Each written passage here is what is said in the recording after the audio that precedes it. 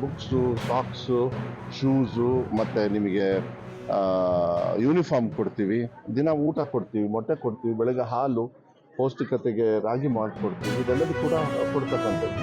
ಕೆಲವು ಟೀಚರ್ಸ್ ಕೊರತೆ ಇರೋದ್ರಿಂದ ಸುಮಾರು ಈ ಏನು ಇಂಟರ್ನಲ್ ರಿಸರ್ವೇಷನ್ದು ಮುಗಿದ ತಕ್ಷಣ ಟೀಚರ್ಸ್ನು ಕೂಡ ರಿಕ್ರೂಟ್ಮೆಂಟ್ ಸುಮಾರು 17,000 ಟೀಚರ್ಸ್ನ ತಗೊಳ್ಳೋದಕ್ಕೆಲ್ಲ ರೆಡಿ ಮಾಡ್ಕೊಂಡಿದ್ವಿ. ಇಂಟರ್ನಲ್ ರಿಸರ್ವೇಷನ್ ಅನೌನ್ಸ್ ಆದ ತಕ್ಷಣ ಅದು ಸ್ವಲ್ಪ ಕಲಿಕೆಗೆ ಹೆಲ್ಪ್ ಆಗ್ತದೆ. ತುಂಬ ಶಾರ್ಟೇಜ್ ಇರೋದ್ರಿಂದ ಅದು ಸ್ವಲ್ಪ ಹೆಲ್ಪ್ ಆಗ್ತದೆ. ಸ್ಟ್ರೆಂತ್ ಇಲ್ಲ, ಆದರೆ ಕೆಲವೊಂದು ಕಡೆ ಸ್ಟ್ರೆಂತ್ ಇದ್ದು ಎಲ್ಲ ಸೌಲಭ್ಯ ಇದ್ರೂ ಕೂಡ ಕೊಠಡಿಗಳಿಲ್ಲ, ಶಿಥಿಲಾವಸ್ಥೆ ತಲುಪಿದೆ. ಸ್ವತಂತ್ರ ಕೊಠಡಿಗಳು ಬೇಕಾದಷ್ಟು ಇದ್ದಾವೆ, ಶಾರ್ಟೇಜ್ ಇದೆ, ಇಲ್ಲ ಅಂತ ಹೇಳೋದಿಲ್ಲ.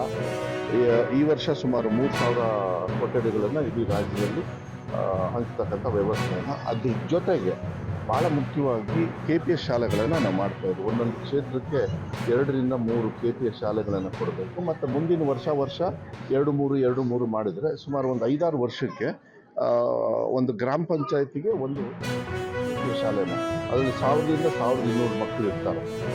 LKG ಇಂದ PUC ವರ್ಗು ಓದ್ತಾರೆ. ಇದು ತುಂಬ ಹಿಟ್ ಆಗಿದೆ. ಅದರ ಎಲ್ಲ ಕಡೆಯೂ ಕೂಡ ಅದನ್ನು ಜನರು ಇಷ್ಟಪಡ್ತಾ ಇದ್ದಾರೆ. ಅದಕ್ಕೆ ಶಾಲೆಗಳ ಕೊಠಡಿ ಭಾಳ ನೆಸೆಸಿಟಿಯಲ್ಲಿದೆ. ಅವರಿಗೆ ಫಸ್ಟ್ ಪ್ರಿಫರೆನ್ಸ್ ಕೊಡಬೇಕು ಅಂತೇಳಿ ಈ ಸತಿಗೆ ತೀರ್ಮಾನ ಮಾಡಿ ಬಿಲ್ಡಿಂಗ್ಸ್ನ ನಾವು ಕೊಡ್ತಾ ಇದ್ದೀವಿ. ಹೀಗಾಗಿ ಕೇಳ್ಕೊಂಡಾಗ ಅವರು ಕಂಬಳಿಯನ್ನು ತಯಾರು ಮಾಡ್ತೀವಿ. ಆ ತಯಾರು ಮಾಡಿದ ನಂತರ ಈ ನಮ್ಮ ಖಾದಿ ಬೋರ್ಡಿ ಚಿತ್ರದುರ್ಗಕ್ಕೆ ಕಳಿಸಿಕೊಡ್ತೀವಿ. ಅಲ್ಲಿಂದ ಅವರು ಭಾಳ ಚೆನ್ನಾಗೈತೆ ಈ ಕಂಬಳಿ, ಇದನ್ನು ನಾವು ಬೆಂಗಳೂರಿಗೆ ಕಳಿಸ್ಕೊಡ್ತೀವಿ.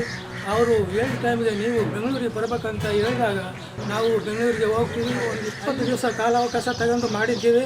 ಅದು 4 ಲಾಳಿ ಮತ್ತು 3 ಗಣಿಕೆಯಿಂದ ತಯಾರು ಮಾಡ್ತೀವಿ.